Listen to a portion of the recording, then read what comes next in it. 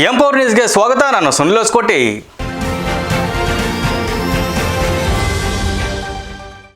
K H Muniyappa ಅವರಿಗೆ ಉಪಮುಖ್ಯಮಂತ್ರಿ ಸ್ಥಾನ ನೀಡಬೇಕೆಂದು ದಲಿತ ಪರ ಸಂಘಟನೆಗಳ ಒಕ್ಕೂಟದಿಂದ ಬೃಹತ್ ಪ್ರತಿಭಟನೆ ಹಮ್ಮಿಕೊಂಡಿತ್ತು.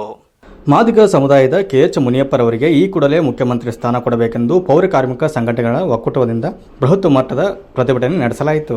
ಪ್ರತಿಭಟನೆ ಉದ್ದೇಶಿಸಿ ಮಾತನಾಡಿದ ಕಾರ್ಮಿಕ ಸಂಘಟನೆ ಅಧ್ಯಕ್ಷ ತ್ಯಾಗರಾಜ ಮಾದಿಗ, ಸಮುದಾಯದ ಕೆಎಚ್ ಮುನಿಯಪ್ಪರವರಿಗೆ ಉಪಮುಖ್ಯಮಂತ್ರಿ ಸ್ಥಾನದಿಂದ ಕೈಬಿಟ್ಟರೆ ಮುಂದಿನ ದಿನಗಳಲ್ಲಿ ಉಗ್ರ ಮಟ್ಟದ ಹೋರಾಟವನ್ನು ಕರ್ನಾಟಕ ರಾಜ್ಯಾದ್ಯಂತ ಹಮ್ಮಿಕೊಳ್ಳಲಾಗುವುದು ಎಂದು ಎಚ್ಚರಿಸಿದರು. ಇದೇ ಸಂದರ್ಭದಲ್ಲಿ ಬಿಆರ್ ಮುನಿರಾಜು ಅವರು ಮಾತನಾಡಿ ಕೆಎಚ್ ಮುನಿಯಪ್ಪರವರಿಗೆ ಉಪಮುಖ್ಯಮಂತ್ರಿ ಸ್ಥಾನವನ್ನು ಕೊಡಬೇಕೆಂದು ಒತ್ತಾಯಿಸಿದರು. ಇವ್ರು ತುಂಬಾ ಹಲವರು 7 ಸತಿ ಗೆದ್ದಿರೋರು. ಈಗ ನೀವು ಕ್ಯಾಬಿನೆಟ್ ಕರೀತಾ ಇದ್ದೀರಲ್ಲ, ಅದರಲ್ಲಿರೋರೆಲ್ಲ 5 ಸತಿ ಘಂಟಾಘೋಷವಾಗಿ ತಿಳಿಸ್ತಾ ಇದ್ದೀರಿ. ಇದನ್ನ ಎಚ್ಚರಿಕೆ ಆದರೂ ಪರಿಗಣಿಸಿ, ಇಲ್ಲ ರಿಕ್ವೆಸ್ಟ್ ಆದರೂ ಪರಿಗಣಿಸಿ. ಆದರೆ ನಮ್ಮ ಕೆಎಚ್ ಮುನಿಯಪ್ಪ ಅವರು ಉಪಮುಖ್ಯಮಂತ್ರಿ ಆಗಲೇಬೇಕು, ಆಯ್ತಾ? ಇದನ್ನ ನಮ್ಮ ಮನಸ್ಫೂರ್ತಿಯಿಂದ ನಮ್ಮ ಮಾದಿಗ ಸಮಾಜದ ವತಿಯಿಂದ ಘಂಟಾಘೋಷವಾಗಿ ತಿಳಿಸ್ತಾ ಇದ್ದೀರಿ. ನಮ್ಮದೇ ಆದಂಥ ಮಾದಿಗ ಸಮುದಾಯದಲ್ಲಿ ಒಬ್ಬ ಹಿರಿಯ ನಾಯಕರಾದಂಥ ಕೆಎಚ್ ಮುನಿಯಪ್ಪ ಅಂತಿದ್ದಾರೆ. ಕೆಎಚ್ ಮುನಿಯಪ್ಪನವರಿಗೆ ಯಥಾಸ್ಥಿತವಾಗಿ ಅವರು ಉಪಮುಖ್ಯಮಂತ್ರಿ ಮಾಡಬೇಕನ್ನೋದು ಮೊದಲನೇ ನಮ್ಮ ಕನಸು.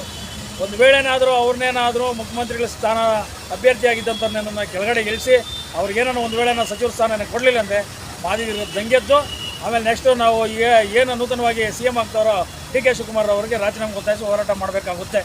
ಸರ್, ಹೈಕಮಾಂಡ್ ಅಂತ ಶುಭ ಸೂಚನೆ ಸಿಗ್ಬೋದಂತೀರಾ? 100% ಸಿಗಬೇಕು. ಹಿರಿಯ ನಾಯಕರು ಅವರೊಬ್ಬರೇ ಇರೋದು.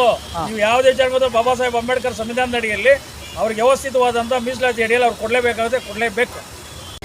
ಅತ್ಯಂತ ಹಿರಿಯ ರಾಜಕಾರಣಿಯಾಗಿರುವಂಥ ಕೆಎಚ್ ಮುನಿಯಪ್ಪ ಸಾಹೇಬ್ರನ್ನ ಸಚಿವ ಸಂಪುಟದಿಂದ ಆಗಿರ್ಬೋದು, ಉಪಮುಖ್ಯಮಂತ್ರಿ ಸ್ಥಾನದಿಂದ ಆಗಿರ್ಬೋದು ವಂಚಿಸುತ್ತಿರುವಂಥ ಘಟನೆ ಆಲ್ರೆಡಿ ನಡೀತಾ ಇದೆ.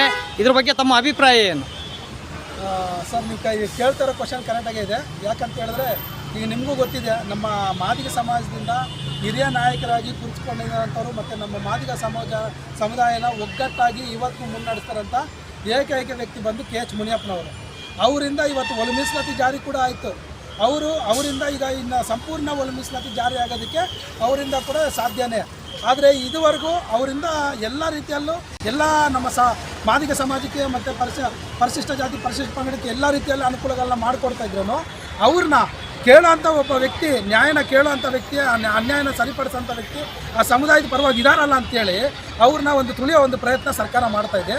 ಆದ್ದರಿಂದ ನಾವು ಈಗೇನು ಸಚಿವ ಸ್ಥಾನಗಳನ್ನ ಎಲ್ಲರಿಗೂ ಕೊಡ್ತಾ ಇದ್ದೀರಾ, ಅದರಲ್ಲಿ DCM ಹುದ್ದೆನ ಅಂದರೆ ಉಪಮುಖ್ಯಮಂತ್ರಿಗಳ ಹುದ್ದೆನ 100% ನಮ್ಮ ಕೆಎಚ್ ಮುನಿಯಪ್ಪನವರು ಕೊಡಬೇಕು. ಅವರು ಸತತ 7 ಬಾರಿ ಗೆದ್ದಿರೋಂಥ ವ್ಯಕ್ತಿ. ಮತ್ತು ಈಕ್ವಲ್ ಸಿದ್ದರಾಮಯ್ಯನವರ ಸರಿಸಮಾನರವರು, ಈಶ್ವರಪ್ಪನವರ ಪರಮೇಶ್ವರ್ ಅವರ ಒಂದು ಸರಿಸಮಾನರು. ಅಂಥವ್ರಿಗೆ ನಾವು ಮುಖ್ಯಮಂತ್ರಿ ಸ್ಥಾನನೇ ಕೊಡಬೇಕು. ಅಂಥದ್ರಲ್ಲಿ ಅವ್ರಿಗೆ ಉಪಮುಖ್ಯಮಂತ್ರಿ ಸ್ಥಾನ ಕೇಳ್ತಾ ಇರೋದ್ರೆ ಅರ್ಥ ಮಾಡ್ಕೊಳ್ಳಿ.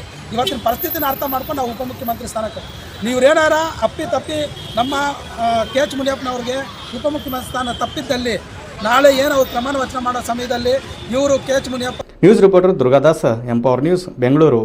ಇದಿಷ್ಟು ಈ ಹೊತ್ತಿನ ಸುದ್ದಿ. ನಿರಂತರ ಸುದ್ದಿಗಾಗಿ ನೋಡ್ತಾ ಇರಿ ಎಂಪವರ್ ನ್ಯೂಸ್.